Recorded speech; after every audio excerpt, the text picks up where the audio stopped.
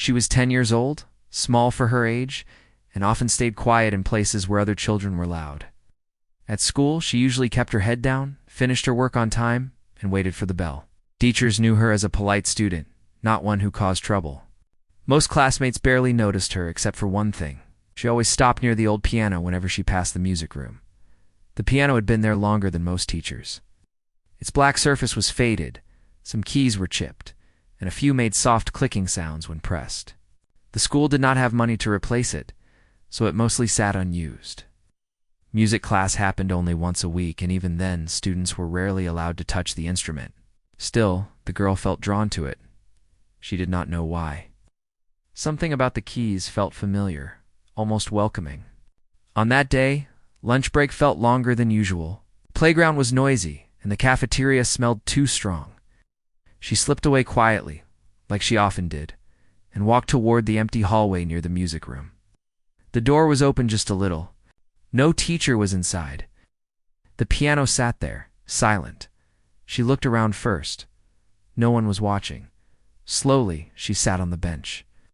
Her feet did not fully touch the floor. She placed her hands on the keys and took a small breath. She did not plan to play loud. She never did. She pressed one key, then another, gently, carefully, like she was afraid the piano might break if she was not kind to it. The sound filled the room in a soft way. It was not perfect, but it was warm. She closed her eyes for a moment and let her fingers move. She did not read notes. She never learned how. She played from memory and feeling, repeating sounds she once heard online or on a broken keyboard at home. For her, music was not something to show. It was something to hide inside. Then it happened. A sharp sound cut through the air. It was loud, sudden, and wrong. One of the sounds inside the piano snapped, followed by a strange buzzing echo. The girl froze. Her hands lifted from the keys right away. Her heart started beating fast. She did not know what she had done. She had barely touched the piano, yet the noise felt like an alarm. Footsteps rushed in from the hallway. A teacher appeared at the door, followed by another. They looked at the piano, then at the girl sitting there, pale and shaking. "What did you do?" one of them asked sharply. She tried to speak, but the words came out small.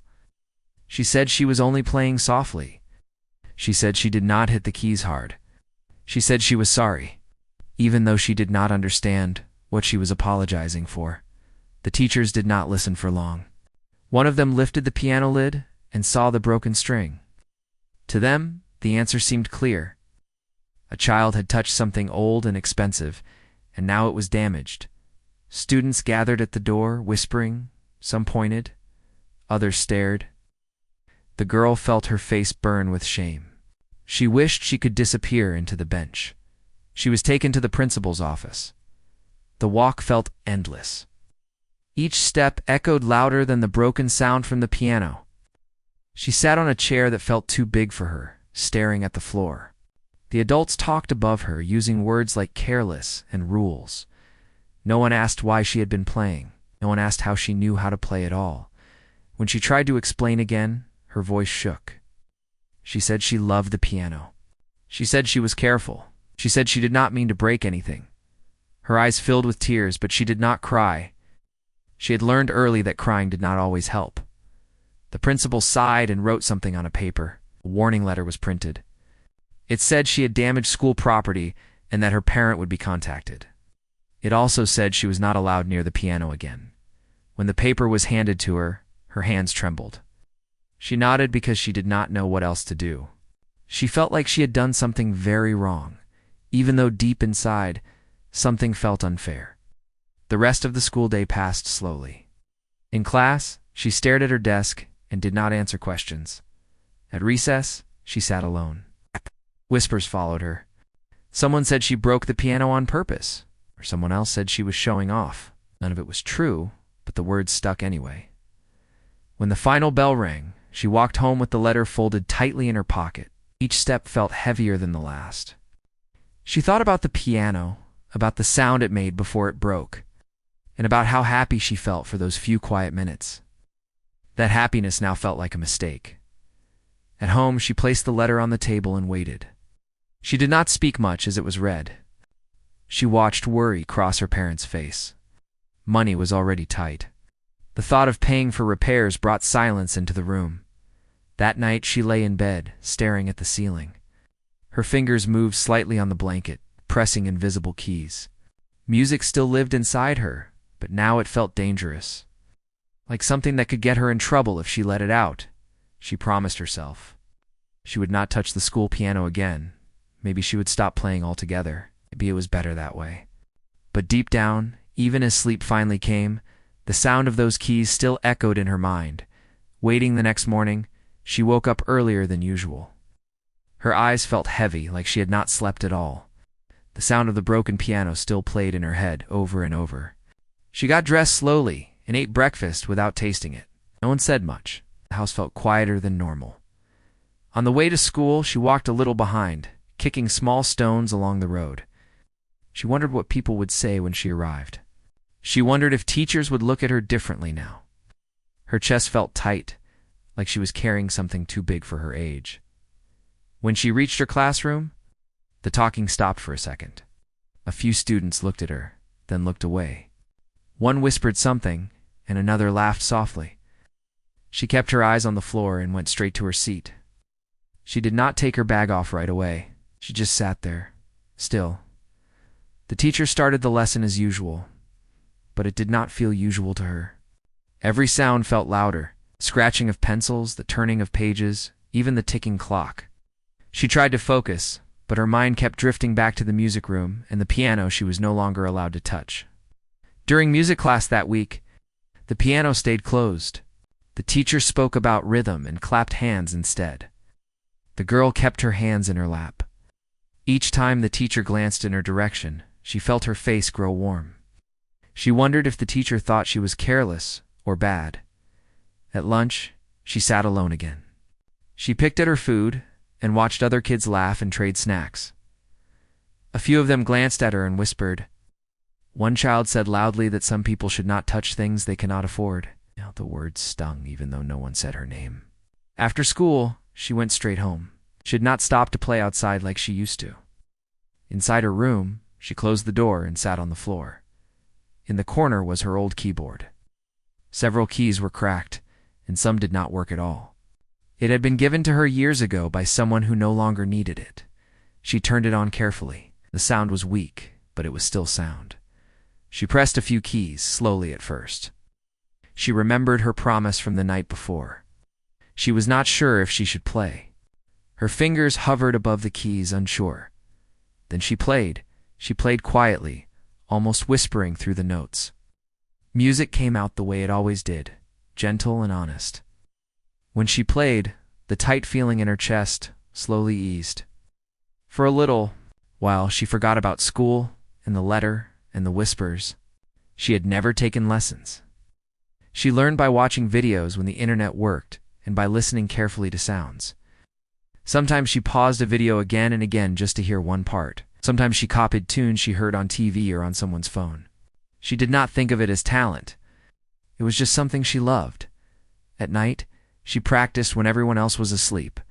She turned the volume down low and listened closely. Her fingers were small, but they moved with purpose. She did not rush. She never rushed. Music was the one place where she felt safe. Days passed, and the memory of the accusation did not fade. At school, she avoided the music room completely. She walked the long way around just to make sure she did not pass it. Each time, she heard piano sounds from a phone or video. Her stomach tightened. One afternoon, her parent received a call from the school. The piano repair had been discussed. There was talk about cost and responsibility. Nothing was decided yet, but the worry was clear. That night, she heard quiet voices in the other room. She knew they were talking about money. She hugged her pillow and felt guilty. Even though she still did not believe she had done anything wrong, she began to help more around the house. She cleaned without being asked. She stayed silent when tired. It was her way of saying sorry without words. At school, a substitute teacher arrived for music class one week. The usual teacher was sick. The substitute was older, calm, and spoke softly. That day, students were allowed to sit and listen to recorded music.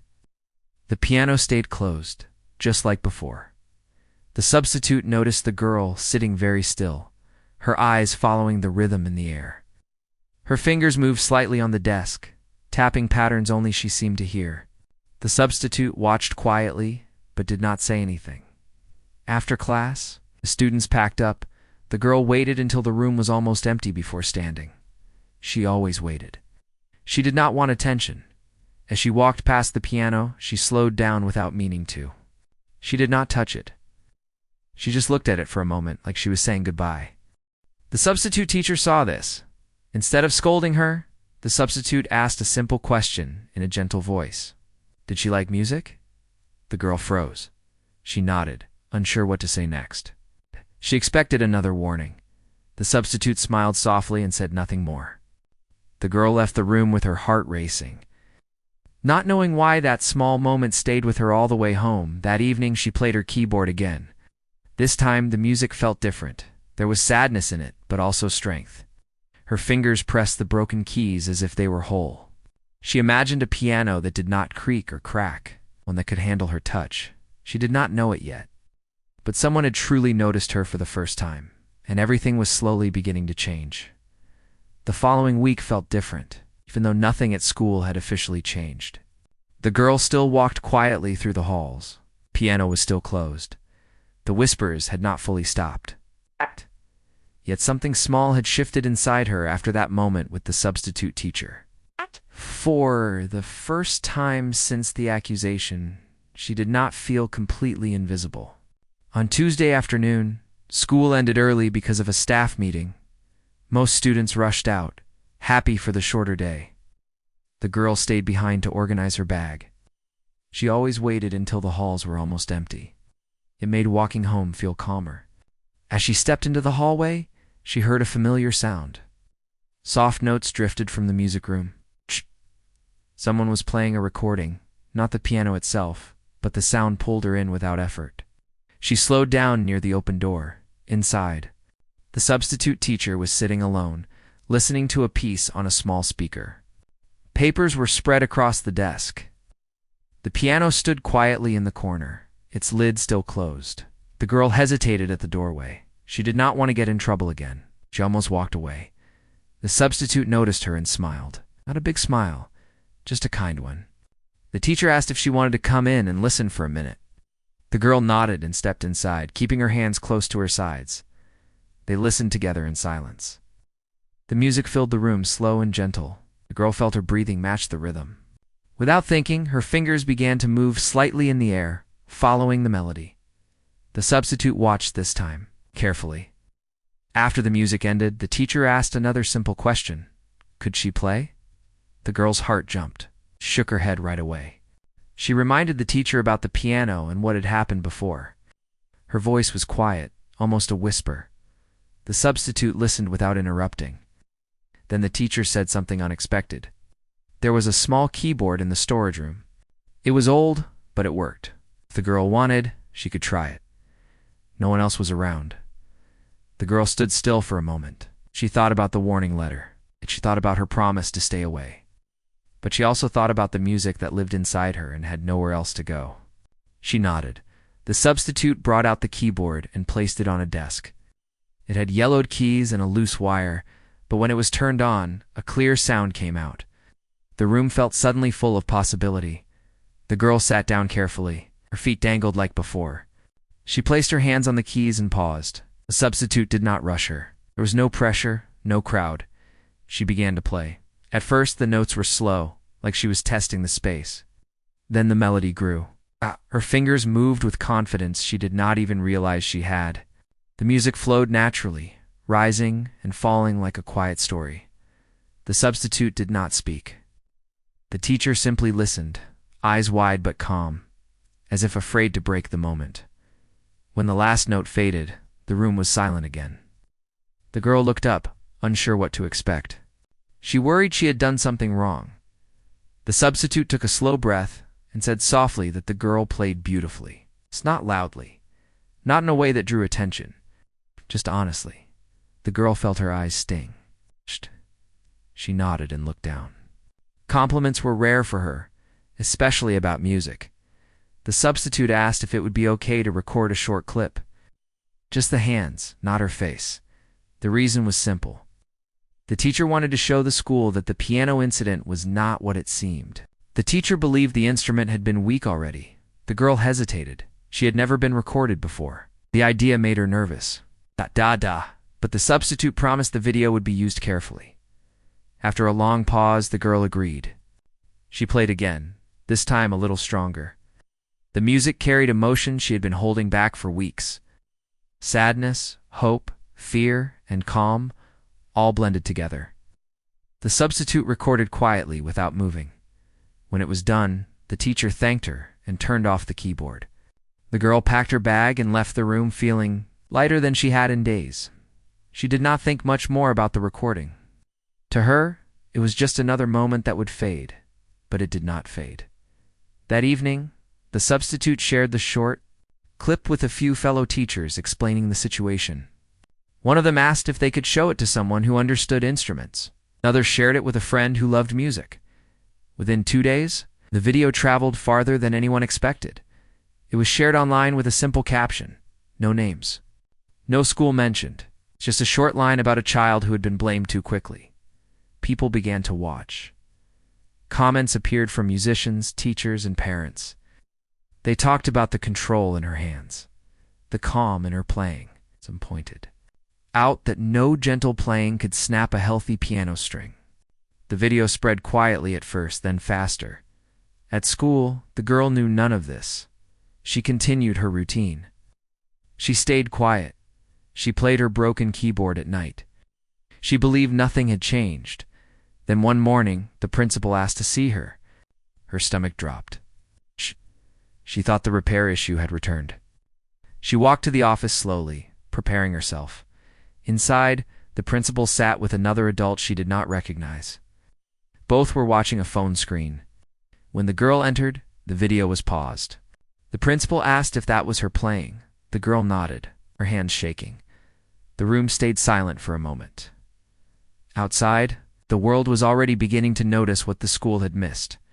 She sat on the chair across from the principal, her hands folded tightly in her lap. Her feet barely touched the floor, and she kept her eyes on her shoes. The phone screen was dark now, but she could still feel its presence, like the video was floating in the room. The other adults smiled gently and asked her to relax. That made her nervous. Adults usually said that when trouble was coming, the principal spoke slowly this time. Not in the sharp tone used before, but calmer. He said the video had reached many people. People who understood music. People who worked with instruments every day. She did not fully understand what that meant. She only knew her heart was beating fast. They asked her where she learned to play. She answered honestly. At home, on a broken keyboard. From videos, from listening. She said no one ever taught her. She did not even know the names of the notes. The other adult nodded with interest. This adult explained they repaired pianos for a living. They had watched the video carefully. According to them, the way she played could not have caused that damage. The string that snapped was old and worn, would have broken sooner or later no matter who touched it. The girl blinked. The words felt heavy. She was not sure if she was allowed to feel relieved yet. The principal cleared his throat and admitted something quietly. The piano had not been inspected in years. The school knew it needed repairs but kept delaying them because of cost. For the first time since the incident, someone said the words she had been waiting to hear. She was not at fault. Her shoulders dropped without her realizing it. A breath she had been holding for weeks finally escaped. Her eyes filled with tears, but this time they were different. These were not tears of fear or shame. The principal said the school would contact her parent again, this time with an apology. The warning letter would be removed from her record. She would no longer be banned from the music room. She nodded quietly, still unsure if this was real. Later that day, her parents sat beside her in the same office. The tone was very different from before. Voices were softer. Words like misunderstanding and responsibility were used. An apology was given, not rushed, but clear. Her parent listened carefully.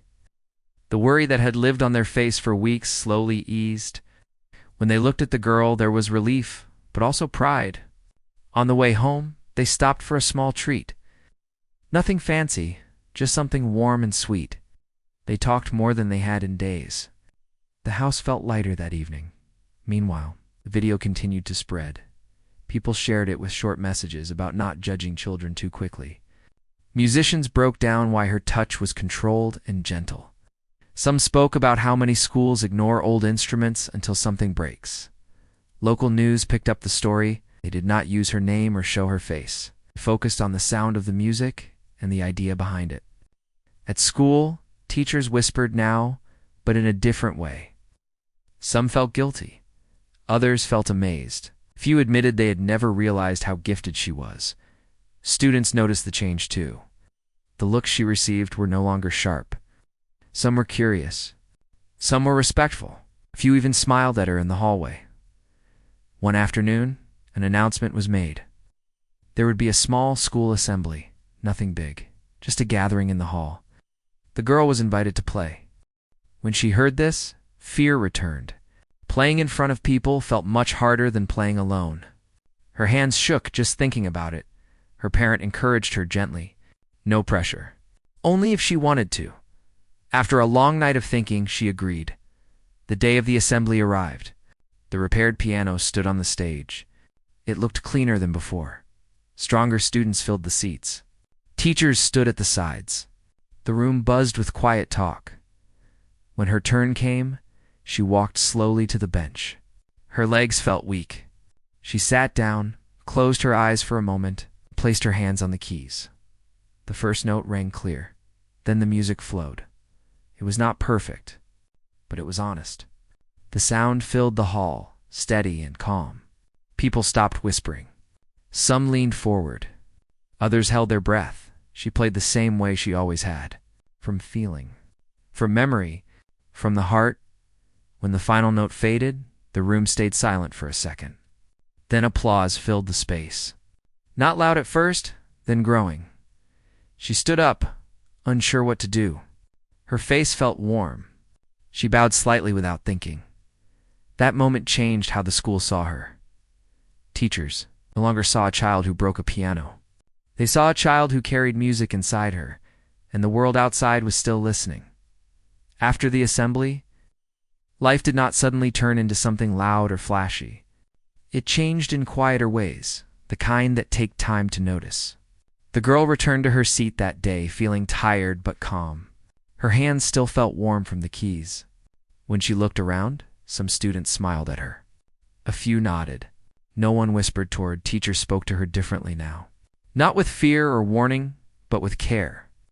One asked how long she had been playing. Another asked what kind of music she liked. She answered honestly. She liked slow music. Music that felt like breathing. The music room door stayed open after that. The repaired piano was no longer off limits. Still, she did not rush in. She took her time. She had learned that good things could be gentle. At home, the change was felt too. Her parent listened more closely when she practiced. Sometimes they sat quietly nearby, not saying a word, just being there. The broken keyboard was still used, but now there was hope for something better someday. A few weeks later, a letter arrived. It was not thick or fancy. It came from a local music group that had seen the video. They offered her a chance to attend lessons once a week. The cost would be covered. No pressure. Just an invitation. She read the letter twice, then a third time. Her hands shook, not from fear this time, but from excitement she had never felt before. The first lesson was held in a small room with a clean piano. The teacher spoke softly and did not rush her. There were no hard rules, only guidance. The girl listened carefully and tried her best. For the first time, someone explained the sounds she already knew. She learned the names of notes. She learned how to sit without tension. She learned that what she had been doing on her own had value. Still, she stayed the same in many ways. She did not seek attention. She did not talk about the video unless asked. When people praised her, she said thank you and moved on. At school, the music program slowly grew. The old piano was kept in better shape. Another keyboard was added. More students showed interest. Some asked her for help, and she helped when she could. One afternoon, she stayed late to practice. The halls were quiet again, like before. She played a new piece she was learning. Halfway through, she made a mistake and stopped. She smiled to herself and started again. There was no fear in stopping now. She remembered the day she had been accused. The sound that snapped, the looks, the letter. It felt far away, like a story that belonged to someone else. But she also remembered how it felt to be misunderstood. That feeling stayed with her in a useful way. It made her kinder. It made her patient. The video continued to exist online, but it was no longer the center of her world. It had done its job. It opened a door. She walked through it quietly. At the end of the school year, there was another small performance. This time, she was not nervous. She played with steady hands and a steady heart. The room listened. When it ended, the applause felt warm, not overwhelming. She stood up, bowed, and walked back to her seat. Later that night, she lay in bed and moved her fingers against the blanket. The music was still there, as it always had been. But now it felt safe to let it out. She had learned something important. Being quiet did not mean being weak. Being gentle did not mean being small. And sometimes, when the world accuses too quickly, truth finds its way through sound. She closed her eyes. Already thinking about the next note, time moved forward, not in big jumps but in steady steps. The girl grew a little taller. Her hands stretched wider across the keys. What stayed the same was the way she approached music, slowly and with care, like it was something living. Her weekly lessons became part of her routine. Every session felt like opening a window. She learned how sounds were built, how silence mattered just as much as notes. Sometimes she struggled, sometimes she surprised herself. The teacher never rushed her. Progress was measured in feeling, not speed. At school, music was no longer a lonely thing. A few students often stayed after class to listen when she practiced. They did not interrupt. They just sat nearby, doing homework or whispering softly. She did not mind. The room felt safe now. One afternoon, the substitute teacher from before returned to visit the school. The girl recognized them right away. This time when their eyes met, both smiled. No words were needed. That quiet moment had changed everything. The school decided to hold a small community event. Nothing big. Parents, teachers, and a few neighbors were invited. The goal was simple: to show how the arts were growing again. When she was asked to play, she agreed without fear. She practiced every evening not to impress, but to prepare. She chose a piece that felt honest, something that sounded like her. The night of the event, the hall was filled with soft light and quiet voices. She waited backstage, breathing slowly. Her parents squeezed her hand and let go. She walked to the piano and sat down. As she played, she noticed something new. She was not playing to escape anymore. She was playing to share. The music moved through the room, calm and steady. Some people closed their eyes. Others smiled. A few wiped tears. When it ended, the applause felt gentle, like encouragement, not pressure. After that night, opportunities came slowly but steadily. A local music store offered her time on a better piano once a week. Another teacher offered guidance when needed. Nothing felt forced. She still did her homework. She still helped at home. She was still a child, but now, when she played, there was confidence under the softness. She remembered the broken piano often, not with anger, but with understanding.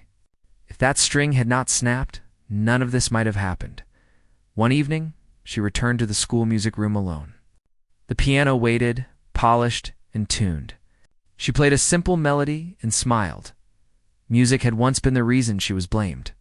Now, it was the reason she was believed. She packed her bag and turned off the lights. Outside, the world felt open, and she walked forward, one note at a time. As months passed, the girl began to understand that growth did not always feel comfortable. Sometimes it came with questions, doubts, and moments where she felt small again. Music was still her safe place, but now it asked more from her. Her lessons became harder. The pieces were longer. Her fingers sometimes slipped. On a few days, she left the lesson room feeling frustrated instead of proud. She was not used to struggling with music. Before, she played freely, without rules. Now there were patterns, timing, and posture to think about. At home, she practiced anyway. Some evenings were quiet and smooth. Other nights she stopped halfway and rested her forehead on the keys. Her parent noticed and reminded her that learning was not meant to be easy. That helped, but only a little at school. Attention slowly followed her. New students asked her to play. Teachers mentioned her during meetings. None of it felt unkind, but it felt heavy. She did not want to be known only as the girl with the video. She wanted to be normal too. One afternoon, during practice at school, she made a mistake and laughed nervously. A few students nearby laughed as well, not in a mean way, but it still made her chest tighten. Old feelings returned for a moment. The memory of being blamed had not fully disappeared. She stopped playing and closed the piano lid. The room fell quiet. Everyone looked at her, unsure what to say. She picked up her bag and left without a word. That night, she did not touch the keyboard. She lay in bed staring at the ceiling, listening to the sounds of the house. For the first time in a long while, music felt distant. The next day at school, she avoided the music room. She took the long hallway again, just like before. No one forced her to go in. No one questioned her. The substitute teacher visited again that week, helping with a short program. They noticed she was missing. Instead of asking in front of others, they waited after school. The teacher found her sitting outside on the steps, watching the sky change colors. They sat beside her and spoke quietly. They said something simple. That music was not a test. It was a conversation. Some days, it answered back easily. Other days, it stayed silent. Both were normal. The girl listened. She did not respond right away. The teacher then reminded her of the first day they met, of how she played without fear, without trying to impress anyone. That memory softened something inside her. That evening, she returned to the keyboard at home. She did not practice a lesson piece. She played whatever came to mind, slow, uneven, honest sounds. The music returned gently. At her next lesson, she told the teacher how she felt. The teacher listened and adjusted the pace. They focused on sound, not perfection. Slowly, the pressure eased.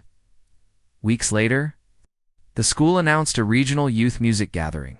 Nothing competitive, just a chance for young players to share. She was invited. The idea scared her, but not in the same way as before. This fear felt like standing at the edge of something new. After thinking for many days, she agreed. On the day of the gathering, she carried her music lightly. She reminded herself why she played. When her turn came, she sat at the piano, took a breath, and began. She did not rush. The room listened, and for the first time, she felt ready. Not because she was perfect, but because she was honest. As the final note faded, she smiled. She had learned something important. Music did not need her to be fearless. It only needed her to be present. The weeks after the youth music gathering passed quietly, but something inside the girl had settled. She no longer rushed to prove herself. She no longer felt the need to hide either. Music had found a steady place in her life, not loud, not heavy, just present.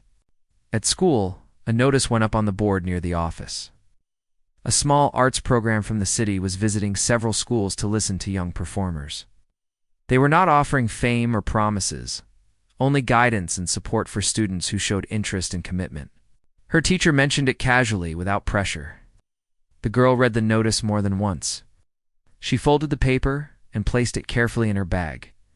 At home that evening, she showed it to her parent. They read it slowly, then looked at her. The question was not spoken out loud, but it was clear. Did she want to try? She thought about it all night.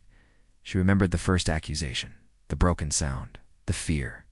She remembered the video, the attention, the relief. Remembered the moment she almost walked away from music when it felt too heavy. And she remembered why she started playing in the first place. The next morning, she checked the box on the form.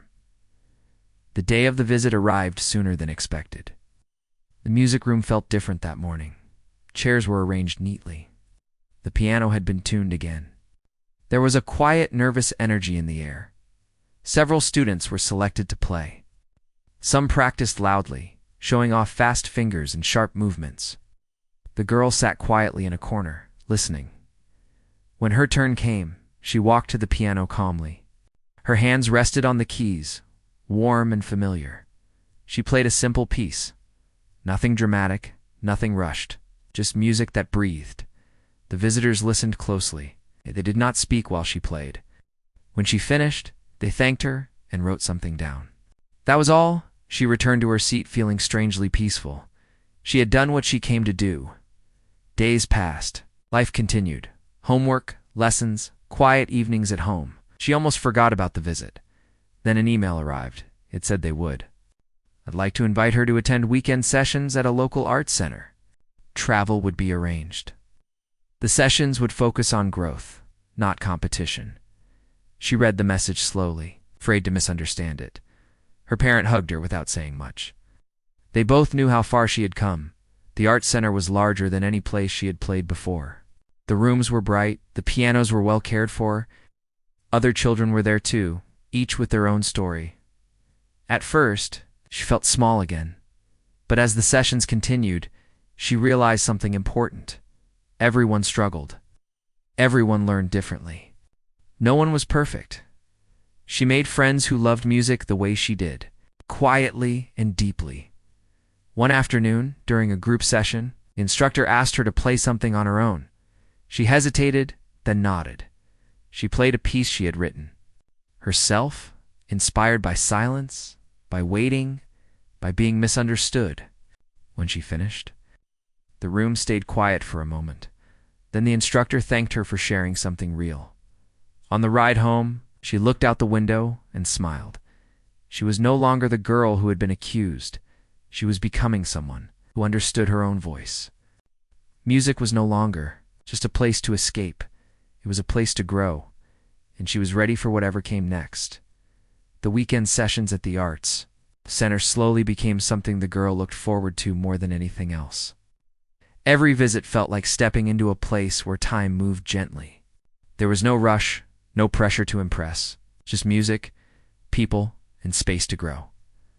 As weeks passed, the instructors noticed her consistency. She did not speak much, but she listened deeply. When given advice, she absorbed it quietly and returned the next session with small improvements. Nothing dramatic, just steady progress. One afternoon, after a long session, an instructor asked her to stay behind for a moment. The girl felt that familiar, tight feeling in her chest. She wondered if she had done something wrong. The instructor sat across from her and spoke kindly. They explained that a small youth showcase was being planned. It was not a competition. There would be no ranking, no prizes, just an audience that cared about music. They asked if she would like to be part of it. The room felt very still. She nodded slowly, then paused. She asked a question she had never asked before. What if she made a mistake? The instructor smiled and said something simple. Mistakes were allowed. What mattered was honesty. That answer stayed with her. Preparation for the showcase was different from anything she had done before. She was given time, not deadlines. She chose a piece that reflected her journey. Parts of it were soft and slow. Other parts carried quiet strength. At home, she practiced with care. Some days were smooth, some days were frustrating. When her hands felt tired, she rested. She had learned that forcing music only pushed it away. At school, life continued as normal. Tests, homework, small worries. Most people no longer talked about the video. To many, it was old news. To her, it felt like a closed chapter. The day of the showcase arrived on a calm afternoon. The venue was not large, but it was warm and welcoming. Chairs filled slowly with families, teachers, and neighbors.